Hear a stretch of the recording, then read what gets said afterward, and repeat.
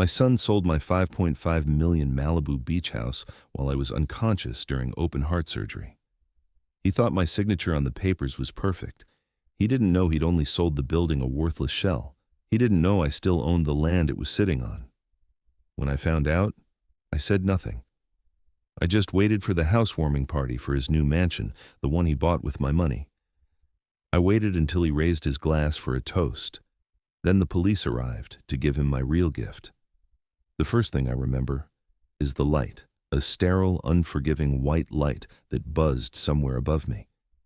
It wasn't the warm, gentle light of the California sun I was used to, the kind that filtered through the large glass windows of my home and danced on the Pacific Ocean. This was a cold, clinical light. Then came the sound, a steady, rhythmic beeping that seemed to count out the seconds of my life. I tried to lift my head, but a dull, heavy ache in my chest pinned me down. My memories were a fog, a series of disconnected images, a sharp pain in my arm, the wail of a siren getting closer, a panicked face, my son Julian's hovering over me. A doctor with kind eyes and a weary face leaned into my field of vision. He explained that I had suffered a major heart attack. I had undergone emergency bypass surgery. The words floated around me, but they didn't quite stick. I was alive, but I felt like a spectator in my own body. Julian and his wife Brenda were there, their faces masks of practiced concern. Brenda squeezed my hand a little too tightly, her rings digging into my skin. Julian kept smoothing my blanket, his movements jerky and anxious. "Dad, you gave us such a scare," Julian said, his voice a little too loud for the quiet room. "But don't you worry about a thing. Everything has been taken care of." That sentence, meant to be reassuring, sent a small, cold signal to a part of my brain that was still functioning clearly. I am, or rather was, a forensic accountant. I spent 40 years of my life sifting through numbers, looking for the lie hidden in a ledger, the story that the figures didn't want to tell. My wife Clara, who I missed every single day, used to be a paralegal. She had a saying she repeated like a prayer. "Elias, look at what people do, not what they say. The truth is never in the words, it's in the actions." Julian's action was one of over-the-top reassurance. Brenda's was an endless stream of chatter about how they were going to simplify my life now, how I wouldn't have to worry about the big house anymore. They were words of comfort, but their actions felt like they were clearing a path, preparing for something I wasn't a part of. I closed my eyes, finding exhaustion, but behind my eyelids my mind was already starting to open the books on them. A week later, they drove me home. Home. The word felt different. It was my house, the one Clara and I had designed together, a monument of cedar and glass perched on the cliffs of Malibu. Every corner held a memory. Every window framed a view we had chosen together. As I stepped out of the car, the familiar scent of salt and sagebrush filled the air. But inside, something was off. It was clean. Too clean. The comfortable clutter of my life had been organized into sterile tidiness. A few of Clara's favorite little sculptures were missing from the mantelpiece, and there was a faint, almost imperceptible smell of fresh paint in the hallway. Brenda chattered on about how they'd had the place professionally cleaned as a welcome home gift. Julian was unusually quiet, busy with his phone. As he rushed to get my bags from the trunk, a single sheet of paper slipped from his leather briefcase and drifted onto the driveway. He didn't notice. I bent down slowly, my chest aching with the effort, and picked it up. It was a printed email. The subject line read, "Final appraisal, 1217 Pacific Coast Highway." My address. My eyes scanned the body of the email. It was from a high-end real estate appraisal firm. The number at the bottom of the page made the air leave my lungs. $5,500,000. My mind raced. Why would Julian need a formal appraisal of my home? I folded the paper, slipped it into my pocket, and said nothing. My silence was a wall he couldn't see. But I was building it brick by brick. That night, sleep was impossible. The rhythmic crash of the waves outside, a sound that had soothed me for decades, now sounded like a ticking clock. I slipped out of bed and went to my office. The house was dark and silent. I sat down at my desk, the glow of the computer screen illuminating my face. With trembling fingers, I typed my own address into Zillow, then Redfin, my heart pounding against my newly repaired ribs. There it was, a picture of my home, professionally photographed, glowing under a perfect sunset. And next to the picture, a single brutal word in bold red letters, old. Below it, the date of the sale, 3 days after my heart attack, the day I was lying unconscious on an operating table. The rage I expected didn't come. There was no fire, no desire to scream. Instead, a glacial calm settled over me. It was the same feeling I used to get right before I untangled a complex web of financial fraud. The anger was there, but it was a cold, focused energy. My son had sold my home from under me while I fought for my life. This wasn't a misunderstanding. This was a calculated act of betrayal. And as a forensic accountant, I knew one thing above all else. You don't make a move until you have all the evidence. My first step was to confirm the unthinkable. I knew that property records in Los Angeles County were public information. It was my field of expertise. I navigated the county registrar's website, a system I knew as well as my own backyard. I typed in the parcel number for my property, a string of digits I knew by heart. The screen loaded and the documents appeared. There it was, in black and white, an official notarized deed of transfer.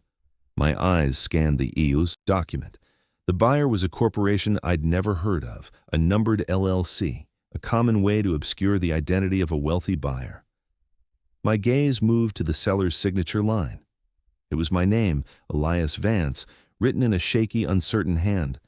It was a forgery, and a clumsy one at that. He hadn't even gotten the loop on the E right. It was the signature of someone trying to imitate an old man's hand. Someone who thought I was too weak, too frail, too close to death to ever notice. They had used a power of attorney document likely signed when I was being wheeled into surgery, a standard form I wouldn't have even questioned. They had used my moment of ultimate vulnerability to strip me of everything I had ever worked for, everything Clara and I had built. The signature wasn't just a forgery, it was an act of profound contempt. It was Julian's way of saying, "You are already gone." He was wrong. The betrayal was complete, but my investigation had just begun. He had closed a chapter. I was about to open a case. My hand was steady as I picked up the phone. I didn't call Julian. A direct confrontation was for amateurs, for people ruled by emotion. I was a man ruled by numbers and process. There was only one person I could call. The number was memorized, a relic from a past life that had suddenly become my present. It rang twice before a familiar, growly voice answered. "Sterling David," I said, my voice even. "It's Elias." There was a pause and then the warmth of a 40-year friendship. "Elias, it's good to hear your voice. I heard about the surgery. How are you holding up?" "The doctors say I'm fine," I replied, cutting through the pleasantries. "But I have a situation here, a professional one." David's tone shifted instantly, the warmth replaced by the sharp focus of the FBI agent he used to be. "Go ahead." I laid it out for him, not as a heartbroken father, but as if I were presenting a case file. I told him about the hospital, the suspicious words, the appraisal, the online property record, and the forged signature. I was concise, factual, and devoid of emotion. When I finished, there was a long silence on the other end of the line. "Elias," David said finally, his voice grim. "This is big, bigger than you think. This isn't just a family dispute. We're talking about multiple federal offenses, wire fraud, aggravated identity theft, elder fraud. The list is long. The fact that you were medically incapacitated makes it a slam dunk for the prosecutor." "I know," I said. "What's my next move?" "Your next move is to do absolutely nothing," David commanded. "Do not speak to Julian. Do not speak to Brenda. You are now a victim in an active investigation, even if it's one only you and I know about right now. Your house is a crime scene. You need to act like the same frail old man they think you are. Do you understand?" "I understand." "Good," David said. "Now, we need to build our own file, a clean one, completely separate from what they did. I need you to get your bank statements going. Back 6 months. I need any and all correspondence with Julian and Brenda. Most importantly, I need you to find every single original document you have related to that house. The deed, the mortgage papers, the blueprints, anything your wife Clara might have kept. You cannot let Julian know you're looking for these things. He sold your house, Elias. You are in his mind a guest there now. He's just letting you stay out of the goodness of his heart until he decides where to put you." The words were harsh, but David was right. He was framing the narrative, forcing me to see the cold, hard reality of the situation. Through our conversation, memories surfaced of the cases we had worked on together years ago. I was the one who could find a single misplaced decimal point in a sea of data that could bring down a corporation.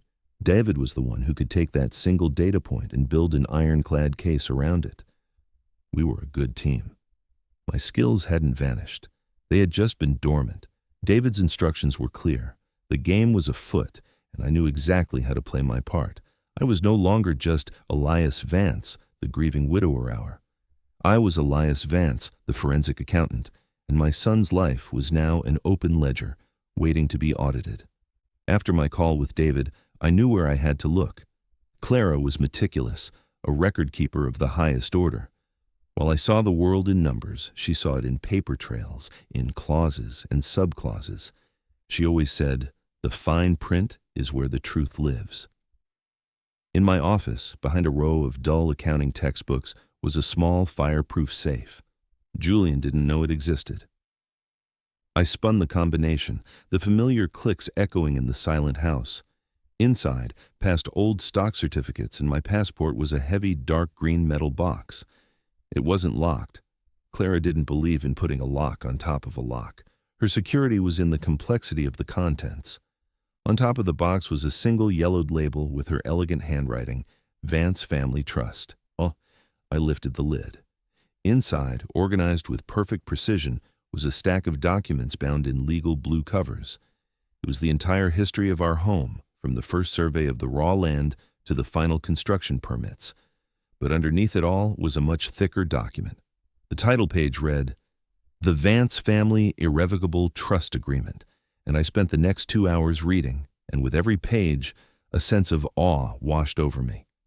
What Clara had done all those years ago was an act of pure legal genius. I picked up the phone and dialed a number in New York City. A sharp professional voice answered on the first ring. "Alicia Reed." "Alicia," I said, "it's your Uncle Elias." "Uncle Elias." Her voice immediately warmed. Alicia was Clara's niece, a brilliant corporate lawyer who had inherited all of her aunt's intelligence and tenacity. "I heard about your surgery. Are you all right?" "I'm recovering," I said, my voice steady, "but I need you to fly out to California immediately. It's about your Aunt Clara's trust." The urgency in my tone cut through the line. There was no hesitation. "I'll be on the first flight in the morning." True to her word, Alicia arrived the next afternoon. She sat in my living room, the Pacific Ocean glittering behind her, and laid the documents from the green box across the coffee table. She read in silence, her eyes scanning the pages with an intensity that reminded me so much of Clara. She cross-referenced documents, made notes in the margins, and occasionally let out a low whistle of admiration. After nearly 3 hours, she finally looked up from the papers. Her face was a mixture of professional respect and sheer disbelief. She leaned forward, her eyes locked on mine. "Uncle Elias," she said, her voice barely above a whisper, "Aunt Clara was a fortress. Julian didn't sell your house." She paused for dramatic effect, a little trick she probably used in the courtroom. "That idiot only sold the building." I stared at her, not quite understanding. Alicia picked up 2 separate documents. "This is where the magic is," she explained, her energy rising with excitement. "When you and Aunt Clara bought this land 30 years ago, she structured the deal in a way that I've only seen in complex commercial real estate transactions, never for a private home. It's brilliant. First, she created the Vance Family Irrevocable Trust. The trust, and only the trust, owns the land itself. The multi-million-dollar cliffside plot we are sitting on right now belongs to the trust." She pointed to the second document. "This is the deed for the physical house, the wood, the glass, the foundation. The structure itself is legally a separate entity, and it was owned by you. What Julian forged your signature on was the deed to the house, the building. He had no legal authority to touch the trust, so he couldn't sell the land." It started to sink in, a slow, dawning realization. of my wife's incredible foresight. But the buyer paid $5.5 million, I said, thinking aloud. They wouldn't do that just for the structure. Alicia smiled, a predator's smile. Exactly. Because no one in their right mind would. Which brings us to the master stroke. She held up a third document, a much thinner one.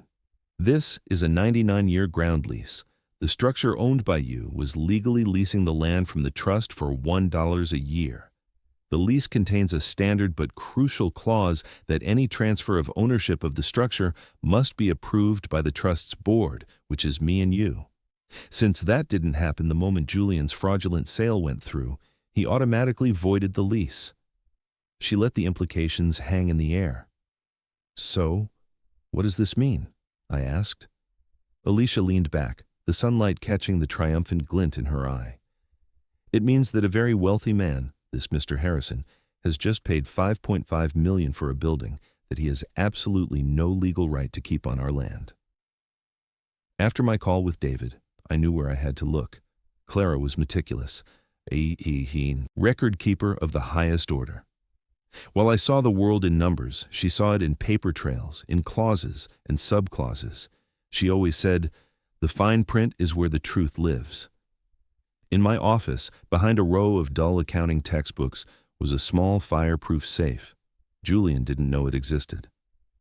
I spun the combination, the familiar clicks echoing in the silent house. Inside, past old stock certificates, and my passport was a heavy dark green metal box. It wasn't locked. Clara didn't believe in putting a lock on top of a lock. Her security was in the complexity of the contents. On top of the box was a single yellowed label with her elegant handwriting, Vance Family Trust. I lifted the lid. Inside, organized with perfect precision, was a stack of documents bound in legal blue covers. It was the entire history of our home, from the first survey of the raw land to the final construction permits. But underneath it all was a much thicker document. The title page read, "The Vance Family Irrevocable Trust Agreement." I spent the next 2 hours reading, and with every page, a sense of awe washed over me. What Clara had done all those years ago was an act of pure legal genius. I picked up the phone and dialed a number in New York City. A sharp professional voice answered on the first ring. Alicia Reed. "Alicia," I said, "it's your Uncle Elias." Uncle Elias. Her voice immediately warmed. Alicia was Clara's niece, a brilliant corporate lawyer who had inherited all of her aunt's intelligence and tenacity. "I heard about your surgery. Are you all right?" "I'm recovering," I said, my voice steady. "But I need you to fly out to California immediately. It's about your Aunt Clara's trust." The urgency in my tone cut through the line. There was no hesitation. "I'll be on the first flight in the morning." True to her word, Alicia arrived the next afternoon. She walked into my living room, not with the sympathy of a relative, but with the focused energy of a litigator stepping into a courtroom. She was all business, her dark hair pulled back neatly, a leather satchel full of legal pads and pens in her hand. We exchanged brief pleasantries, but she could see in my eyes that this was not a social call. I simply pointed to the green metal box which I had placed in the center of our large oak coffee table. "That's everything I said. Everything Clara kept." Alicia nodded, taking off her blazer and draping it over a chair. For the next 3 hours, the only sounds in the room were the rustle of old paper, the scratch of her pen on a legal pad, and the distant crash of the waves on the shore below. She worked with a methodical grace that was pure Clara. She carefully laid out each document in chronological order, creating a timeline of our life together, told through deeds, permits, and contracts. She read with an unblinking intensity, her brow occasionally furrowing in concentration, her lips moving silently as she absorbed complex legal jargon. I sat in my armchair, watching her. In her focus, I saw my wife so clearly it acted. I remembered Clara sitting at this very table late at night, long after I had gone to bed, surrounded by these same papers. I was the numbers man, the one who made the money, but she was the protector, the one who built the walls to keep our world safe. I had always thought she was just being overly cautious, a bit of a pessimist. I saw now that she wasn't pessimistic. She was a strategist. She was playing a long game of chess against a future she somehow anticipated, a future where the biggest threat to our family, might come from within. About 2 hours into her review, Alicia suddenly stopped. She was holding the thick trust agreement in one hand and the original land deed in the other.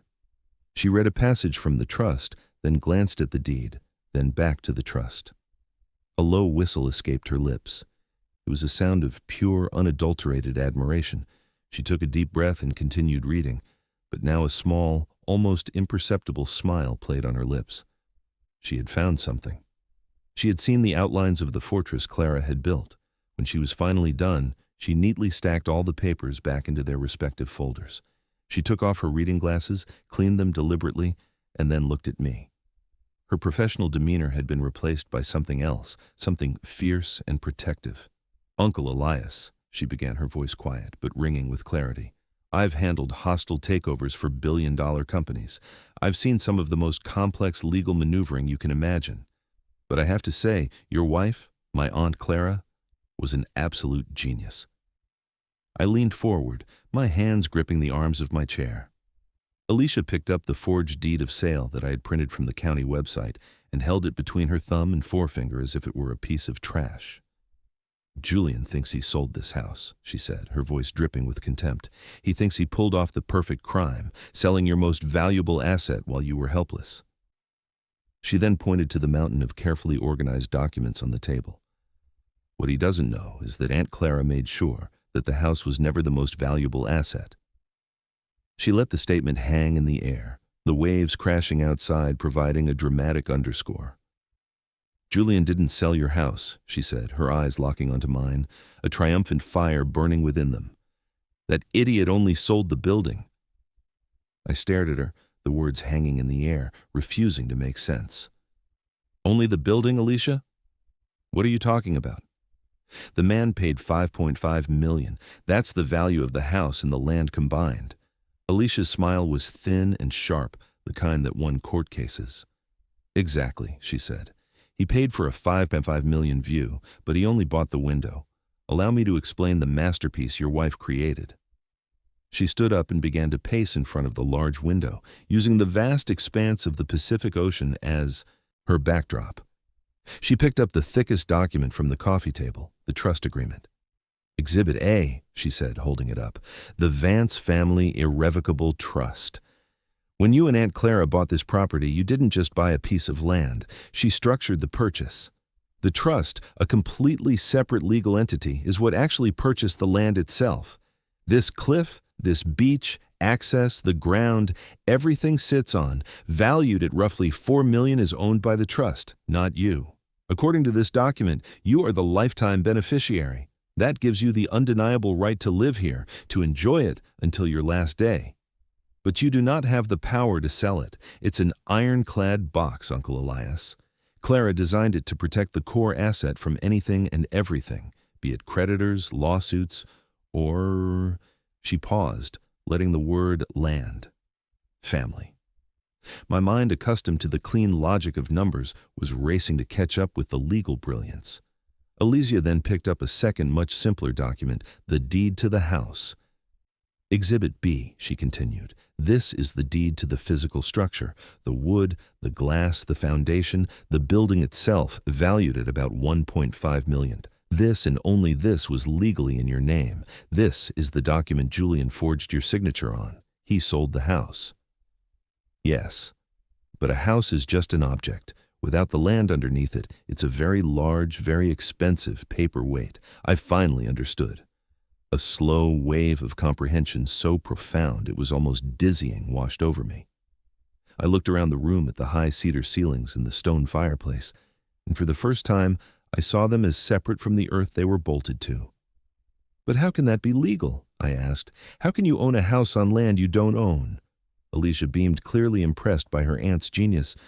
"That Uncle Elias is the final beautiful piece of the puzzle." "Exhibit C," she held up a single crisp piece of paper. "The ground lease. Aunt Clara had the trust lease the land to you, the owner of the building, for a term of 99 years for the price of $1 a year. It's a legal mechanism often used for skyscrapers in Manhattan, not beach houses in Malibu. It was an act of pure foresight." She walked over and placed the document in my hands, Her finger pointed to a specific paragraph, Clause 7B. "And here's the kill shot," she said. "The lease explicitly states that any unauthorized sale or transfer of the structure's ownership immediately voids the lease agreement." The moment Julian's fraudulent sale was registered with the county, he didn't just sell your house, he triggered a legal time bomb. She let me absorb the information. Then she delivered the final devastating summary. "So to put it all together," Alicia said, her voice calm and lethal, "your son Julian forged your signature to sell a $1.5 million building. The buyer, this Mr. Harrison, was foolish enough to pay $5.5 million for it, thinking he was getting the land too. But what he actually bought was a building that, as of this moment, is illegally trespassing on the $4 million property of the Vance Family Trust. He didn't just get a bad deal, Uncle Elias. He bought a multi-million-dollar problem that he is now legally required to remove from our land." With the full scope of Clara's plan revealed, the grief in my heart was joined by a new, powerful feeling resolve. Alicia transformed my quiet home office into a war room. The warmth and memories were still there, but now they were overlaid with a cold, strategic purpose. She sat at my desk, the one Clara had used for so many years, and began to draft the first official communication. It was a letter, but in the world of law, a letter like this is a declaration of war.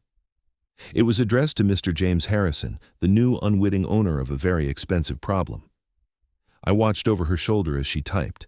The language was not emotional or accusatory. It was precise, clinical, and absolutely lethal. Each sentence was a carefully crafted blow. The letter informed Mr. de Harrison that his recent acquisition of the property at 12/17 Pacific Coast Highway was the result of a fraudulent conveyance. It detailed that the seller's signature was a forgery executed while the legal owner, myself, was medically incapacitated and unconscious. It went on to explain, with referenced attachments of the relevant trust and lease documents, the legal separation of the structure and the land. And then came the final paragraph, the one that would turn Mr. Harrison's dream investment into a nightmare. It stated that due to the unauthorized transfer of ownership, the ground lease for the structure was now null and void. As the land was the legal property of the Vance Family Trust, Mr. Harrison's building was now considered a trespassing structure. The letter concluded by formally serving him a 60-day notice to quit, requiring him to remove the entire multi-million-dollar building from the trust's property. The letter was printed on heavy cream-colored legal stationery. It was sent via certified mail with a return receipt requested. The first move had been made. The response came 4 days later, not in writing, but in the form of a phone call to Alicia from a lawyer with a slick, condescending voice. He introduced himself as Mr. Harrison's legal counsel. I listened on speakerphone as he laughed dismissively. "Ms. Reed," he began, "my client, Mr. Harrison, has passed along your creative piece of correspondence. Let me be blunt. We see this for what it is, a pathetic attempt at extortion, a shakedown. You and your senile client seem to think you can squeeze a few extra dollars out of a man of Mr. Harrison's stature. It's not going to happen." Alicia was silent for a moment, letting his arrogance hang in the air. When she finally spoke, her voice was as calm and cold as a frozen lake. "Counselor," she said, "I suggest you advise your client to read the documents we provided more carefully. This is not a negotiation, it's a notification. Your client has 56 days remaining to remove his trespassing property. After that, the Vance Trust will begin filing for damages. And as for my client's state of mind, we have medical records and a sworn affidavit from his cardiac surgeon. The only party committing extortion here is your client, who is currently in possession of an asset purchased through felonious means. Have a good day." She hung up the phone without waiting for a reply. Mr. Harrison, like my son, had made the fatal mistake of underestimating us. While Alicia handled the civil front, I worked with David Sterling on the criminal one. This was my territory. David, using his old contacts, helped Alicia secure a subpoena for Julian's bank records. When the statements arrived, I felt a familiar thrill, the cold excitement of a hunter finding the tracks. I spread the pages across my dining room table, and there it was. A single wire transfer dated the day of my surgery. $5,500 deposited into a new account under Julian's name.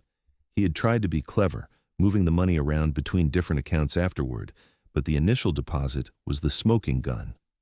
I traced every dollar, creating a flow chart that showed a large portion going to pay off debts, another chunk going towards the down payment on a new mansion in Beverly Hills, and a significant amount transferred to Brenda's personal accounts. It was a clear and obvious roadmap of their crime. We began to assemble our file for the district attorney. It was a work of art, a perfect and undeniable narrative of greed and betrayal. The first section contained high-resolution side-by-side comparisons of my real signature and the forgery on the deed. The second section was the financial evidence, my meticulously prepared charts showing the flow of money from the fraudulent sale. The third section was medical. It included a detailed sworn affidavit from my surgeon, Dr. Evans, outlining my critical condition and stating that I was unconscious and incapable of making any legal decisions at the time the documents were signed. The final section was David's contribution, a concise summary of the applicable state and federal laws that had been broken, complete with the potential prison sentences for each charge. When the file was complete, it was over 100 pages long. Alicia bound it in a professional blue cover. It was no longer just a collection of papers, it was a weapon. I watched her walk out of my house, the file tucked securely under her arm on her way to the Los Angeles County District Attorney's office. There was no turning back now. The quiet, methodical work was done. The gears of a much larger, more powerful machine were beginning to turn, and they were turning slowly but surely right towards my son. A few weeks passed in a strange, tense quiet. I played the part of the recovering patient speaking to Julian in short, simple phone calls. I never asked about the house. I never asked about the money. I gave him no reason to suspect that. I was anything other than the frail, forgetful old man he believed me to be. I knew he and Brenda were busy spending their newfound fortune, and I was content to let them build their gilded cage bar by shiny, expensive bar. The silence was my greatest weapon. In the absence of questions, they filled the void with their own self-congratulations. Then the inevitable call came. I was sitting on my porch, watching the pelicans dive into the waves when my phone rang with Julian's picture on the screen. I let it ring 3 times before answering, taking a slow breath and consciously making my voice sound a little weaker, a little more tired than I actually felt. "Hello, Julian." "Dad, how are you feeling?" he asked, his voice booming with an artificial energy. He didn't wait for an answer. "Listen, I have the most incredible news. Brenda and I, well, we closed a huge deal, a real game-changer. I can't go into the details, business is business, but let's just say all my hard work has finally paid off in a big way." I could almost hear the smug grin on his face. I pictured him pacing around a large, empty room, his voice echoing slightly, the sound of a man trying to convince himself of his own greatness. That's wonderful, son," I said, putting a slight quaver in my voice. "It's more than wonderful, Dad." "It's monumental," he continued. "We bought a new place, an estate in Beverly Hills. It has a screening room, an infinity pool, the whole 9 yards. It's a real statement. It's what success looks like." The irony was so thick I could have choked on it. He was describing his new house bought with the proceeds of selling mine. "It sounds very impressive," I managed to say. "You have to see it," he insisted, "which is why I'm calling. Brenda and I are throwing a little housewarming party in 2 weeks, a Saturday night. Just a few close friends and business associates. We want you to be there as the guest of honor." Of course, the guest of honor. He wanted to parade me around as the doting father, the patriarch of the successful family he had created. He wanted to use me as a prop in his theater of lies. The audacity was breathtaking. This wasn't just an invitation. It was the final arrogant act of a man who believed he had gotten away with everything. "I don't know, Julian," I said, letting my voice trail off. "I'm still not feeling very strong."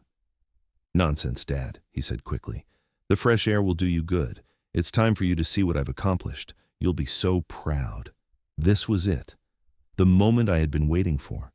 This was the opening they had given me. "All right, son," I said, my voice soft, almost a whisper. "If it's that important to you, I'll be there." I paused, letting him savor his victory before I added the final perfect touch. I'll be there to celebrate your accomplishment. Fantastic, Dad. I knew you'd come around. I'll send a car for you. See you then. He hung up, no doubt, feeling triumphant. I ended the call and immediately dialed a different number, creating a three-way conference call with Alicia and David. I relayed the conversation word for word. When I finished, there was a moment of silence on the line. It was David who spoke first, his voice low and serious. "It's a gift," he said. "He just handed us the perfect stage for the final act, a public setting surrounded by his so-called friends and colleagues. It's clean, it's contained, and it sends the strongest possible message. It's better than we could have planned." Alicia's voice was sharp and focused. "I agree. I'll notify the DA's office immediately. They have the warrants ready. We just needed the right time and place, a housewarming party for a house he bought with stolen money. The optics are devastating. The arrest will be the centerpiece of the evening, and we finalized the details. The district attorney's office would have plain clothes, detectives on standby just a few blocks away. David would be the one to enter the party first to give the signal. My role was simple: show up, act my part, and be the quiet eye of the hurricane. The trap was no longer just a plan on paper. It now had a date, a time, and a location.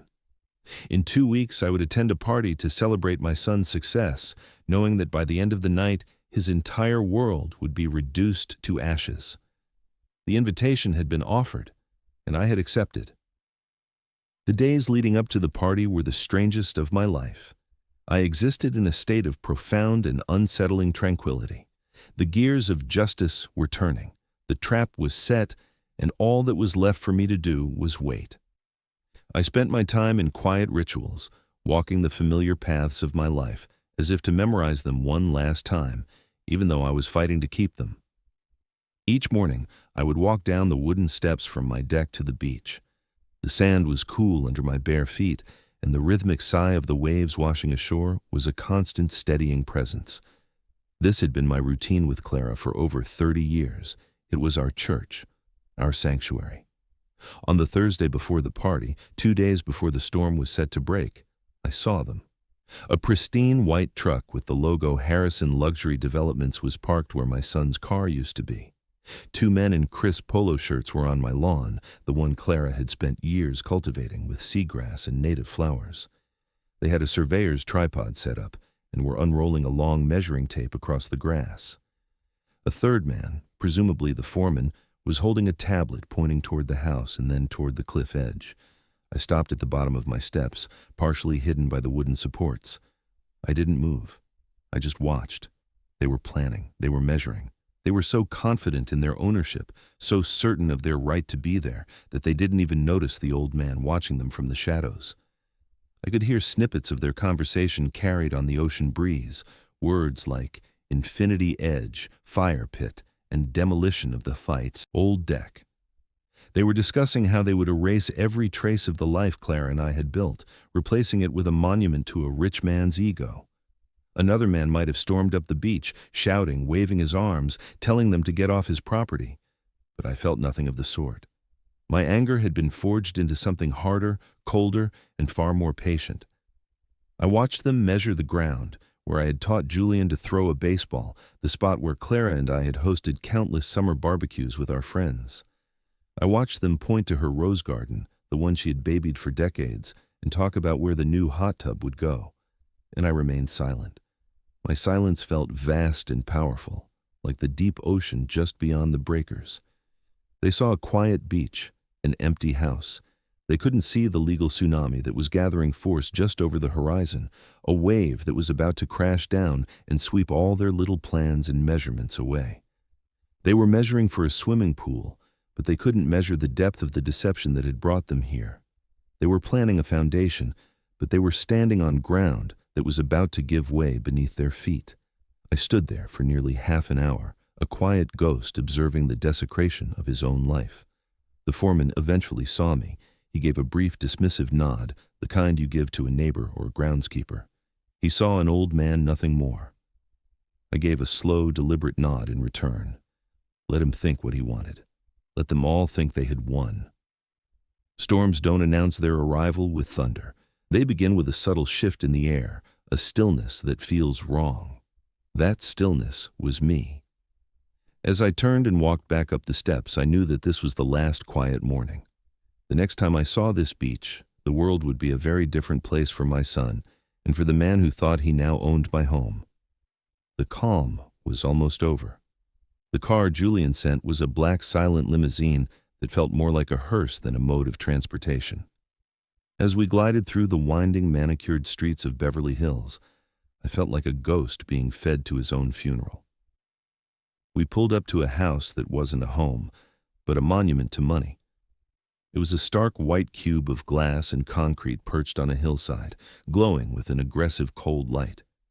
The thumping bass of the music vibrated through the floor of the car before we even came to a stop. This was the stage my son had built with the proceeds of his betrayal. I had chosen my costume for the evening with care, an old navy blue suit, the one I had worn to my own retirement party a decade ago. It was well made, but hopelessly out of fashion, the fabric softened with age.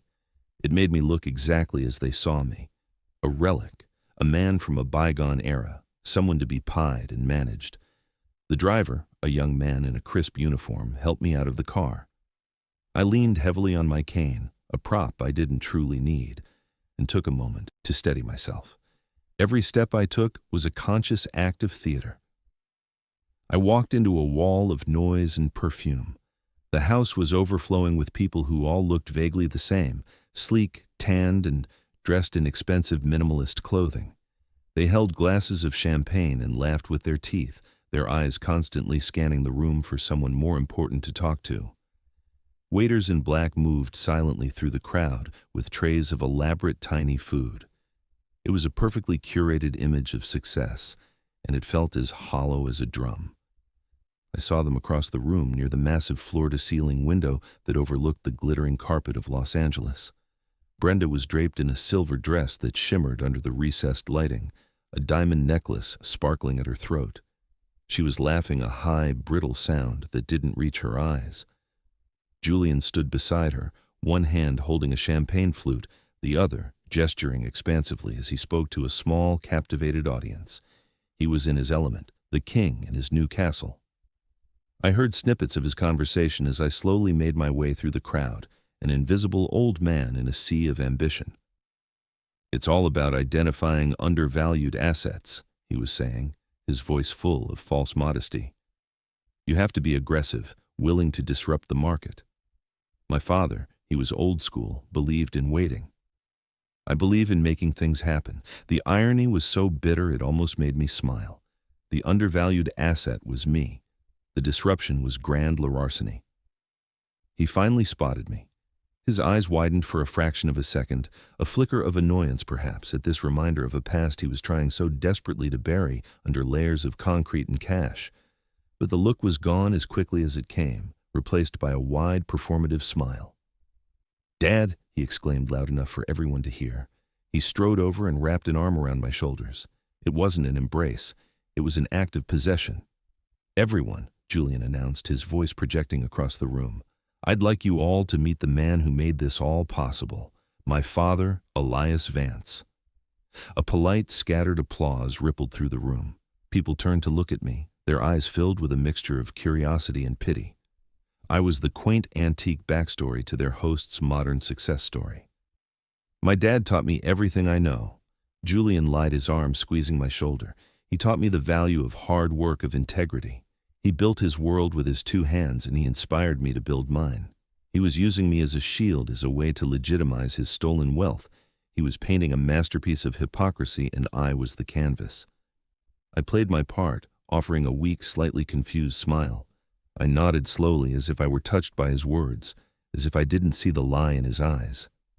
He led me through the party, introducing me to his new friends, a tech billionaire, a movie producer, a famous real estate agent. To each of them, he told the same story.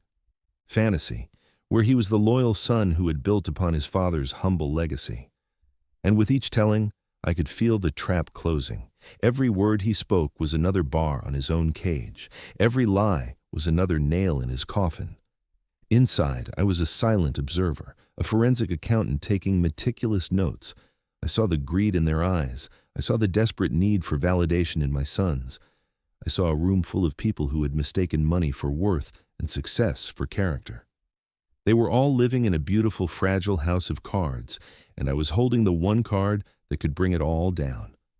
All I had to do was wait for the perfect moment, and I knew, as Julian tapped a glass to call for everyone's attention, that the moment was very, very close. The room fell into a reverent hush as Julian tapped a crystal champagne flute with his spoon.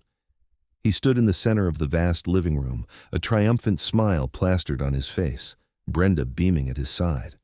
He raised his glass, the very picture of a man who believed he had conquered the world. "My friends," he began, his voice smooth and confident, "thank you all for coming to celebrate with us. They say that success is a journey, not a destination. But tonight," he paused, letting out a self-satisfied chuckle, "tonight feels pretty damn good as a destination." The crowd laughed along with him. Brenda and I wanted to share this moment with all of you, the people who have been with us on this incredible ride. This house is more than just a house. It's a symbol. It's a symbol of vision, of risk-taking, and of knowing when to make a bold move. He then turned his gaze toward me, standing quietly near a large potted fig tree. He motioned for me to come forward, but I simply shook my head, giving him a small, weak smile. He took that as his cue. "And I want to make a special toast," he continued, his voice thick with false sentiment, "to my father, Elias. He's a man from a different time, a time of caution and slow, steady work. He may not always understand the speed of the modern world, but he laid the foundation of integrity that I've built my entire career on. So to my father and to the future." As the crowd raised their glasses and echoed to the future, the grand 10F tall front doors of the mansion swung silently open. The sudden influx of cool night air made the candles on the tables flicker. All conversation stopped. Standing in the doorway, framed by the darkness outside, was my friend David Sterling. He wasn't in uniform, but he wore a dark suit and an expression of such solemn authority that it instantly commanded the attention of every person in the room. Flanking him were two other individuals, a man and a woman, their expressions equally grim, their jackets doing a poor job of concealing the badges clipped to their belts.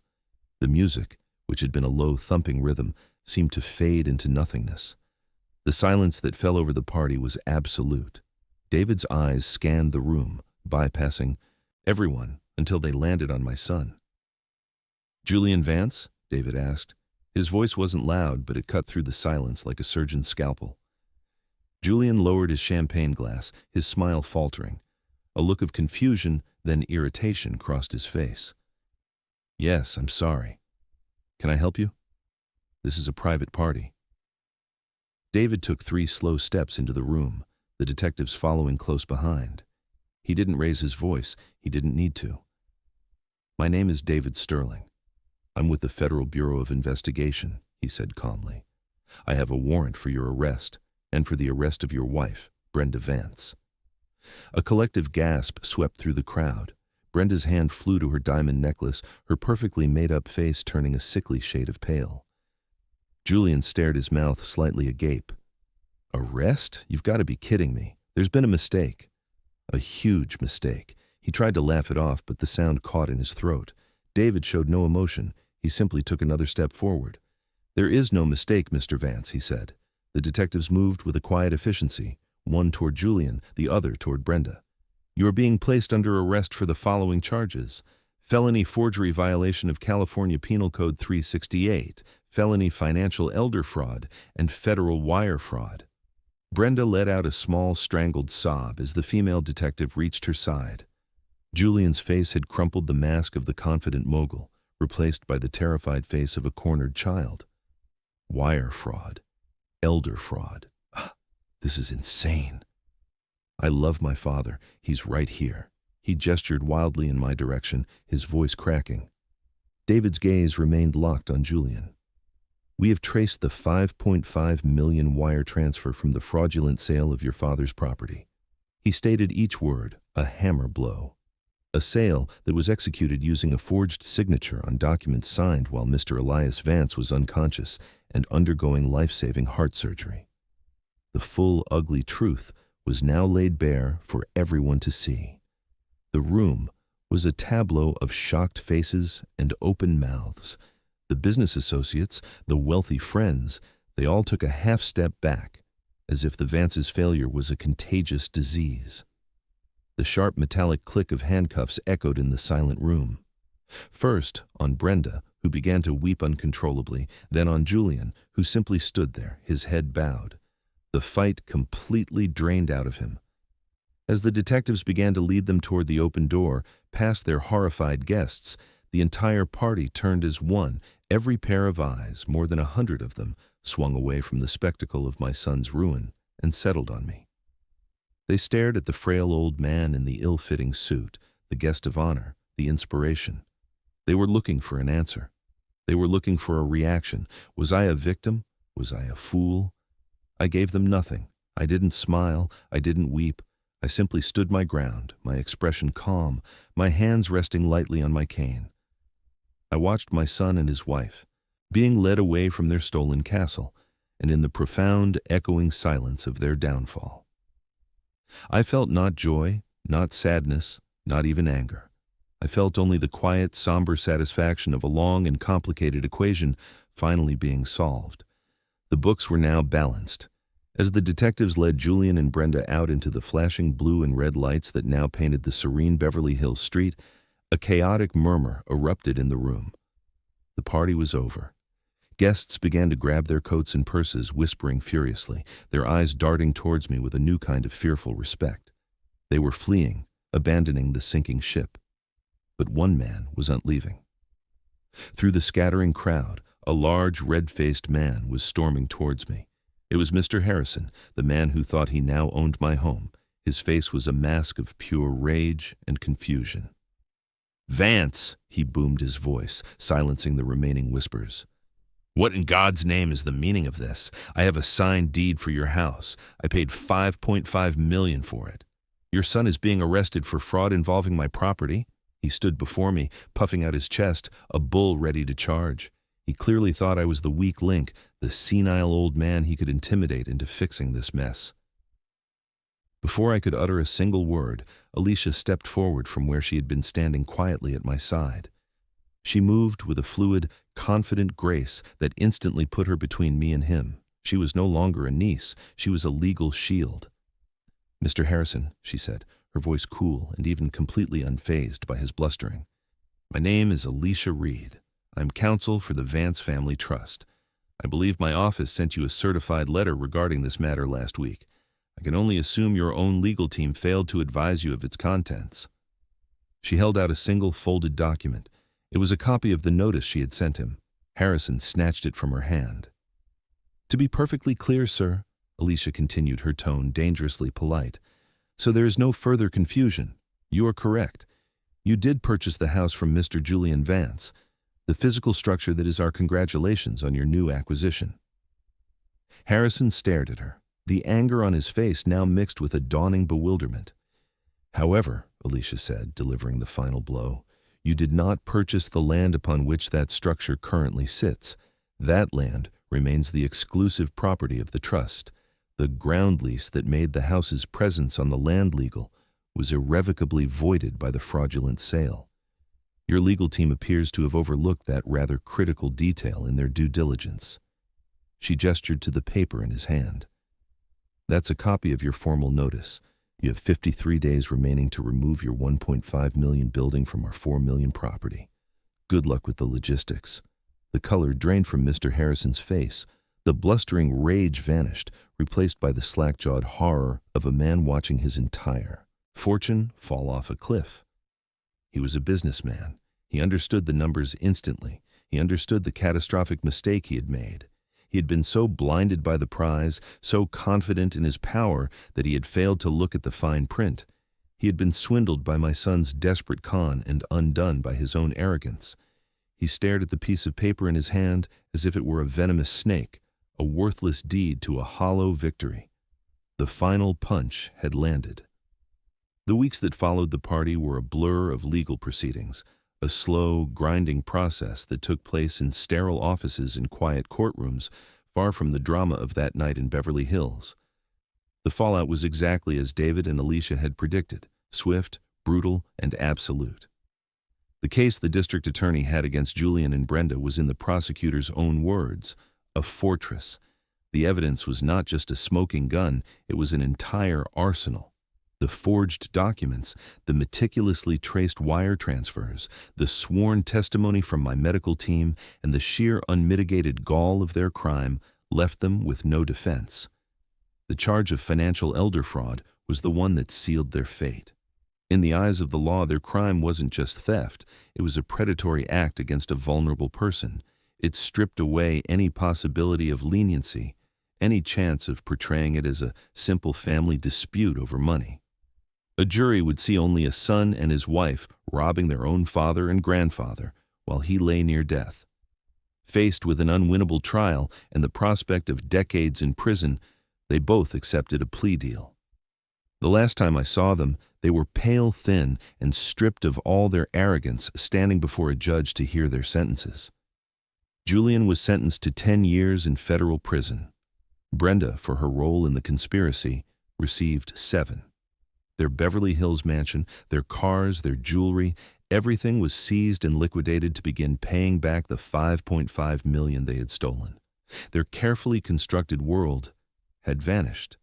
Meanwhile, Mr. Harrison, the man who had been so arrogant and dismissive, was caught in a trap of his own making. He was faced with an impossible choice. He could spend millions of dollars and navigate a logistical nightmare to physically move a massive house off a Malibu cliffside within a 60-day window, or he could cut his catastrophic losses. His lawyers tried to fight, of course. They threatened lawsuits. They postured. They blustered. But Alicia held firm. The law was unequivocally on our side. Finally humbled and defeated, Harrison's team came to the negotiating table. Alicia, representing the trust, held all the cards. She made him one final non-negotiable offer.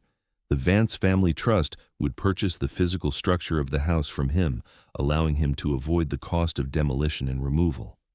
Her offer was $750,000, a fraction of what he had paid, but it was his only way to salvage anything from the wreckage. He was furious, but he was a businessman. He knew a lost cause when he saw one. He accepted the offer. And here was the final beautiful piece of Clara's plan. The authorities had recovered the bulk of the stolen funds from Julian's accounts. That money was returned to me as the victim of the crime. So I used $750,000 of the very money Julian had stolen from me to buy back the physical structure of my own home. In the end, the greed and arrogance of my son and his buyer had paid for the restoration of my life. I was made whole again, not through anger or revenge, but through the quiet, methodical application of logic, the law, and the incredible foresight of a woman who had loved me enough to protect me from a future she would never see. 6 months later, I was sitting on my own porch in my own chair, watching the sun dip low over the Pacific Ocean, painting the sky in shades of orange and deep purple. The house was quiet, filled only with the familiar sounds of the sea and the gentle evening breeze. The faint smell of fresh paint was finally gone, replaced by the comforting scent of salt and old wood. Alicia was sitting with me, a glass of iced tea in her hand, her work done. We sat in a comfortable silence for a long time, simply watching the tide roll in. She was the first to speak, her voice soft, almost carried away by the wind. Aunt Clara was always one step ahead, wasn't she? She said, a note of wonder still in her voice. I looked out at the endless expanse of water at the horizon where the sky met the sea. I thought about the chaos, the betrayal, and the cold, methodical path I had to walk to get back to this moment of peace. I thought about my son in a concrete cell and Mr. Harrison in a mess of lawsuits and the beautiful hollow mansion in Beverly Hills being sold off by the bank. She didn't leave us money, I said, my voice calm and clear. Julian thought that's what it was all about, the monetary value of a thing, but Clara knew better. I turned to Alicia, a faint smile on my lips. She left us protection. That's the real legacy. I took a deep breath, filling my lungs with the clean, salty air. It felt like the first real breath I had taken in a year. In that moment, I realized I had reclaimed more than just a house. I had reclaimed my dignity. I had reclaimed my peace. Justice, I had learned, was not a loud, vengeful thunderclap. It wasn't the thrill of watching my enemies fall. It was a quiet and precise recalibration of the world. It was the simple, profound act of things being put back in their rightful place. The house was mine. The land was safe. The memories were protected. And I was home. The order had been restored.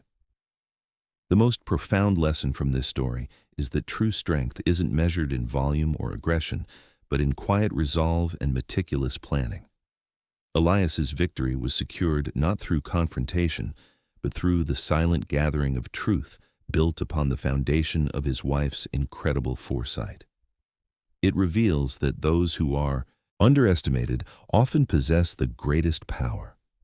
This narrative teaches us that justice is not a loud act of revenge, but the deliberate and precise restoration of order, proving that dignity and intelligence are the ultimate assets that can never be stolen. Let us know in the comments, what do you believe is the most powerful legacy one can leave behind?